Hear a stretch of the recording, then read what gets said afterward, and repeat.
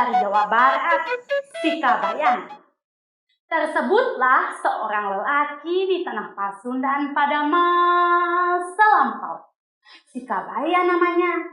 Dia lelaki yang pemalas, namun memiliki banyak akal.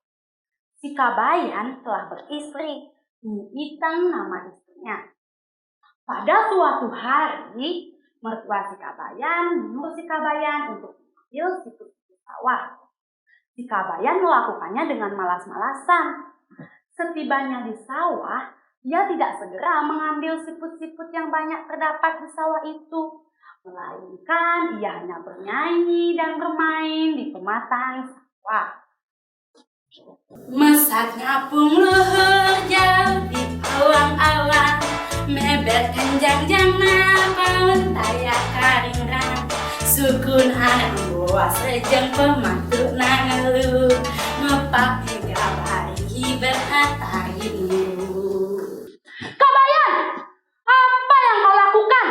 Mengapa engkau tidak segera turun ke sawah dan mengambil siput-siput itu? Abah, aku takut turun ke sawah. Sawah ini sangat dalam. Lihat, Abah, begitu dalamnya hingga langit pun terlihat di dalamnya. Mertua si Kabayan merasa geram. Didorongnya tubuh si Kabayan hingga ia pun terjatuh ke sawah.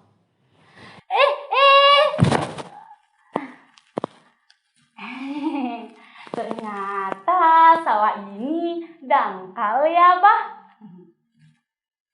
Ia pun lantas mengambil siput-siput yang terdapat di sawah itu. Pada hari yang lain, mertua si Kabayan menyuruh si Kabayan untuk memetik satu buah nangka yang telah matang. Pohon nangka itu tumbuh di pinggir sungai dan batangnya menjorok di atas sungai. Si Kabayan sesungguhnya malas untuk melakukannya. Hanya setelah mertuanya itu terlihat marah, si Kabayan pun menurut. Ia pun lantas memanjat pohon nangka itu dan memetik satu buah nangka yang telah matang. Namun sayangnya buah nangka itu terjatuh ke sungai. Si Kabayan tidak terburu-buru untuk turun ke sungai dan mengambil buah nangka yang terjatuh itu, melainkan dibiarkannya hanyut. Apa yang terjadi? Mana buah nangka yang telah kuperintahkan untuk dipetik? Bukankah buah nangka itu telah kuminta untuk berjalan duluan? Apakah buah nangka itu belum juga tiba? Bagaimana maksudmu, Kabayan? Waktu ku petik, buah nangka itu terjatuh ke sungai. Rupanya ia ingin berjalan sendirian, maka aku biarkan ia berjalan. Ku peringatkan pula agar ia berbelok ke rumah ini. Dasar nangka tua tidak tahu diri, tidak mengikuti perintahku pula. Itu hanya alasanmu yang mengada-ngada saja, Kabayan. Bilang saja kalau kamu itu malas membawa nangka itu pulang ke rumah. Waktu yang lain, mertua si Kabayan menyuruh menantunya yang malas lagi bodoh itu untuk memetik kacang koro di kebun. Seperti biasa, si Kabayan malas untuk melanjutkannya. Si Kabayan mengantuk. Ia pun lantas tidur di dalam karung. Ketika azan zuhur terdengar, mertua si Kabayan pun menghentikan pekerjaannya. Dia merasa keheranan tidak mendapati si Kabayan bersamanya. Dasar pemalas, dia pasti sudah pulang duluan karena malas membawa karung berisi kacang koro yang berat ini. Mertua si Kabayan pun terpaksa menggotong karung berisi si Kabayan itu kembali ke rumah. Begitu terperanjatnya mertua si Kabayan saat mengetahui isi karung yang dipanggulnya itu bukan kacang koro, melainkan si Kabayan. Karung ini bukan untuk manusia, tapi untuk kacang koro, omel mertua si Kabayan.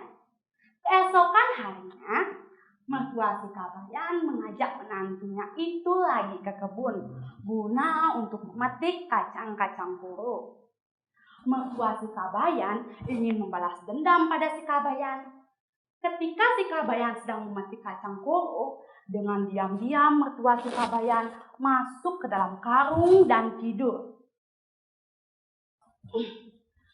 Ketika azan zuhur terdengar dari surau di kejauhan, si Kabayan pun menghentikan pekerjaannya. Dilihatnya mertuanya tidak bersamanya. Ketika ia melihat ke dalam karung, ia melihat mertuanya itu tengah tertidur. Tanpa banyak bicara, si Kabayan pun lantas mengikat karung itu dan menyeretnya. Mertua si Kabayan pun berteriak-teriak dari dalam karung. "Kabayan, ini Abah! Jangan kau seret Abah seperti ini!" Namun si Kabayan tetap saja menyeret karung berisi mertuanya itu. "Karung ini bukan untuk manusia, Bah, tapi untuk kacang koro." Setelah kejadian itu, mertua si Kabayan sangat marah pada menantunya itu. Ia terlihat sangat membenci menantunya yang malas lagi banyak alasan itu.